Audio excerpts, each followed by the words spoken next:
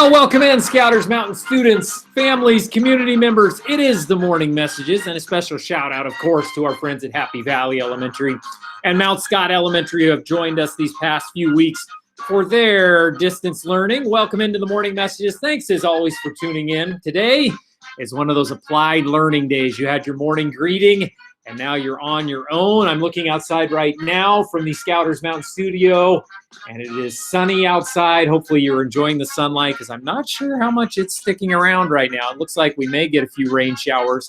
It is Wednesday, May 19th. Welcome into the Morning Messages. Thanks for tuning in. Mr. Long, what do we need to know today as this Wednesday unfolds? Well, as I've mentioned before, our Hero Squad coin drive. This used to be called Pennies for Patients. And it used to be, in most recent years, we would bring in jars of pennies or coins that we could donate to the Leukemia and Lymphoma Society.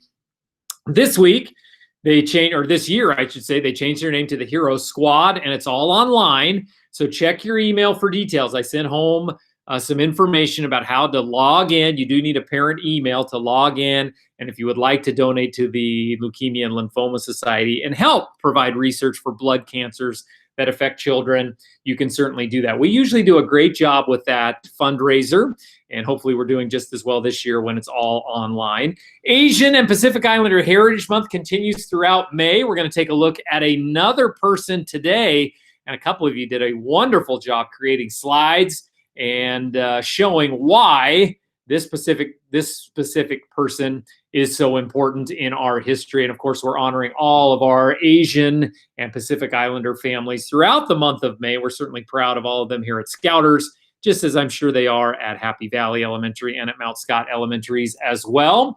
And since today is Wednesday, like I mentioned before, no in-person learning. You just had your morning greeting. Just your morning greeting this morning, and hopefully you are working on, if you're younger, maybe some seesaw activities, some dream box activities. I know older kids have some different things to work on as well, but make sure you get your distance learning done before you go outside and enjoy the sunlight while it lasts. For today, looking at the weather report, not sure if it's going to be here the whole time. State testing, that's right, taking place this week for fourth graders. So those of you in hybrid, which means you come to school, cohort A, you've already been to school this week. Cohort B, you come tomorrow. Fourth graders, you're taking your math test. Fifth graders, you get the science test next week. And third graders, you had the reading test last week. So great job to all of you who have already taken it. So third graders and fourth grade cohort A, fourth grade cohort B is tomorrow and Friday. And then fifth graders, you'll get your chance next week. So very proud of all of you for undergoing those. I always mention, don't forget about PE and music and your counselor's Google Classroom and the health website. Make sure you check all of those things so you get the grade that you're hoping for, because PE and music is on your report card, and it's based on participation. So make sure if you're at Scouters, you're going in and checking out Mr. Harrison's Google Classroom and Mrs. Carter's music classrooms. And same thing for those of you at Happy Valley and at Mount Scott. And check out that health website. I know lots of health lessons going on this week as well. So check out the website to make sure you get all the information that you need. If you have any questions, you can always email Mr. Long. You know how to get a hold of me now. There it is right there, longc@k12.or.us. That's how you get a hold of me. Lots of great things coming my way. Who is celebrating a birthday this week? We've had quite a few. Kay Johnson was on Monday. Elijah Holcomb was yesterday, as was Phoenix Kwai yesterday. Check out this, Tyler Chan celebrating a birthday today in kindergarten. Happy birthday, Tyler. Caleb's birthday from kindergarten is tomorrow. And we don't stop there. Then on Friday, Sawyer Moen. And on Sunday, Lucas Wynn, Kai Seichow, and Tate Stevenson all celebrating a birthday on Sunday. Happy birthday in advance to all of you. And happy birthday to Tyler for today. Check your mailbox. You should be getting a special certificate and a little prize inside your mailbox. Hopefully you've got that by now. Maybe not. If not, maybe it's coming today or tomorrow in the regular mail.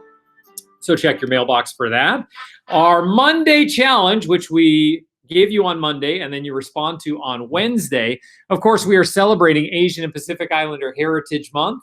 And each Monday, I give you a different person to research and find out what you can about that particular person as we honor Asian and Pacific American Heritage Month. There is our person this week. Could you tell me who that person is, And what makes that person so important? Why should we study that person during Asian and Pacific Islander Heritage Month? And who is that person? Well, we know that that person's name, there she is again. That person is Junko Tabei. And why is she important? What did Junko Tabei do in our history that makes her important? And we got some great submissions. This is from Kate Jansen in 5th grade in Miss Webke's CDL. Now, there's a ton there, and you can pause the video and look at everything that Kate came up with. And I'm looking at some of it. I'll read some of them. She was born in 1939 in Japan. She began mountain climbing at the age of 10, and that's what she became famous for because, as you can see on bullet point number 4 that Kate puts there, she was the first woman to reach the summit or the top of Mount Everest and the first woman to climb all 7 summits, climbing the highest peak on every continent. So there are 7 continents in the world, and she climbed to the highest mountaintop on every single one. Pretty amazing for Junko Tabei. Pretty amazing. And Kate gives us a picture here, I believe. Look at that, even more facts from Kate Jansen. So make sure that you pause the video once in a while so you can read all these. Kate really put a lot of work into this. Look at all this stuff that she has.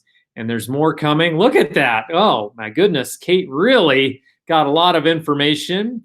As it says there in the middle, she became the first woman to complete the 7 Summits Challenge. By 2005, Tabei had taken part in 44 all-female mountaineering expeditions around the world. She had a personal goal of climbing the highest mountain in every country in the world, and by the end of her lifetime, she had completed at least 70 of those mountains. So she was a very, very famous mountain climber and the first woman to climb to the top of Mount Everest. Let's see, let's get a picture. There she is right there, Junko Tabei, who unfortunately passed away a few years ago, but a very, very famous person that we should be celebrating all the time, and especially during Asian and Pacific Islander Heritage Month. And let's give a big hand to Kate Jansen, all of the research that she did about Junko Tabei. Also, we have this from Nikhil. Nikhil sends this in, another one I can always count on. Junko Tabei was born in Japan in 1939. She was the first woman to reach the summit of Mount Everest, which she did on May 16th, 1975.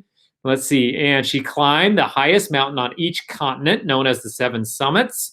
Sadly, in 2012, she was diagnosed with stomach cancer, and she still led an expedition up Mount Fuji in 2016. Sadly, Junko Tabei died on October 20th, 2016. And then you notice at the bottom that Nikhil cites his sources. So great job by Nikhil and by Kate J to celebrate Junko Tabei as we continue to celebrate Asian and Pacific Islander Heritage Month. So what is our new challenge going to be? This one is for Friday.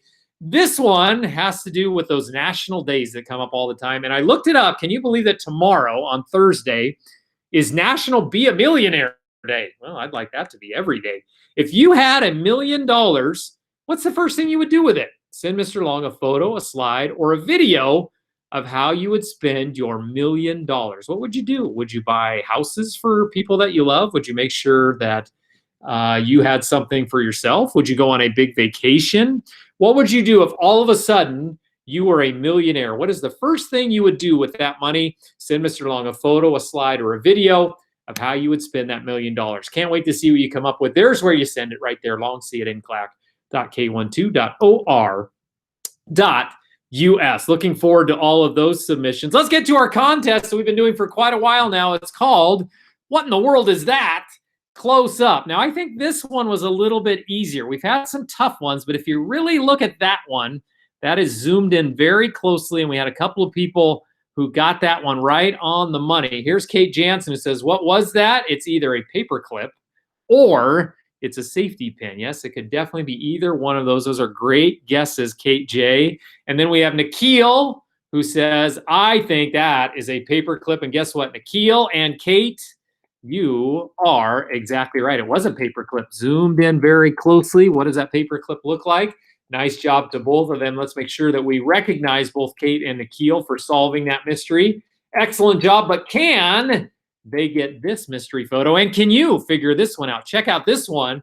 What in the world is this close-up? Can you tell what that is? So we took a picture and we zoomed in closer and closer and closer. Can you tell what that might be close up? If you have any idea, or you just want to give it a big guess, doesn't matter. It's just for fun. What is that? close up. Make sure you send in your answers. Long see at nclack.k12.or.us. Now, I can almost guarantee that I will hear from Kate, and I will hear from Nikhil. I may hear from Sari. I want to hear from some more people, though. Those of you in kindergarten through 4th grade, it's always fine to answer. It's always fine to come up with the wrong answer. Give it your best guess. I want to hear from as many of you as I possibly can. What is that mystery photo? Before we move on, I always have some catch-up photos or videos, and I want to mention Nikhil, who's already participated a couple of times in today's morning messages. But Nikhil did something all on his own. I want to make sure he gets recognized for this. You know that coyote that we have on a lot of things that Mr. Long sends home? There's a kind of a cartoon coyote that goes along with our school name. That's called a logo.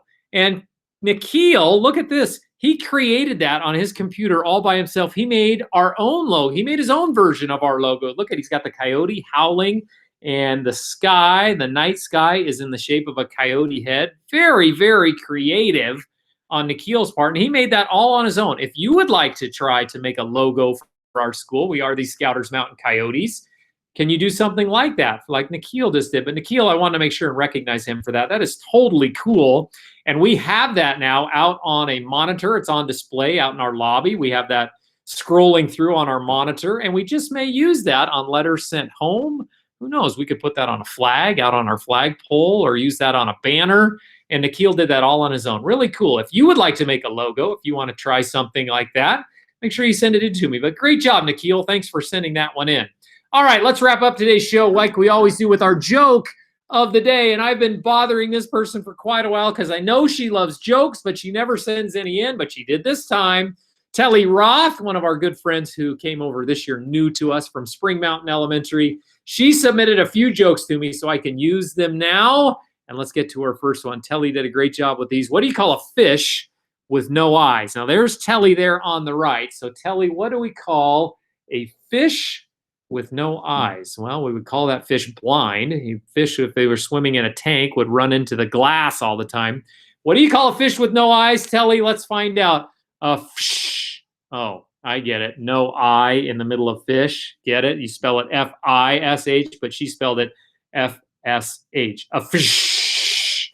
Great job, Telly. I love that joke. Some of you may have known that one. If you have a joke of the day that you'd like to send in, make sure you email it or send a video of you telling it to Mr. Long. Those are my favorite. Send a video of you telling it, or create a slide like Telly did. Telly has a few more, but I can always use them from other children. I've been getting a lot of them from 4th and 5th graders. Where are you, kindergartners and 1st and 2nd graders and 3rd graders? I know you like to tell those kind of jokes too. Send them in. Where do you send them to? Right there, longc at nclack.k12.or.us. Can't wait to see what you come up with. Can't wait to hear from you again. It is Wednesday. The next time we'll have the morning messages on Friday. Make sure you let me know, what would you do with your $1 million on National $1 Million Day? What would you do on that? Do you have a joke of the day you could share with me? What was that mystery photo? Any idea what that could have been? I think that one's a little more tricky. All of that to work on before Friday. We'll reach another Friday in just 2 more days. Enjoy the weather today while it lasts. Get your distance learning done and your applied learning from today done. And we'll see you right back here for the morning messages on Friday.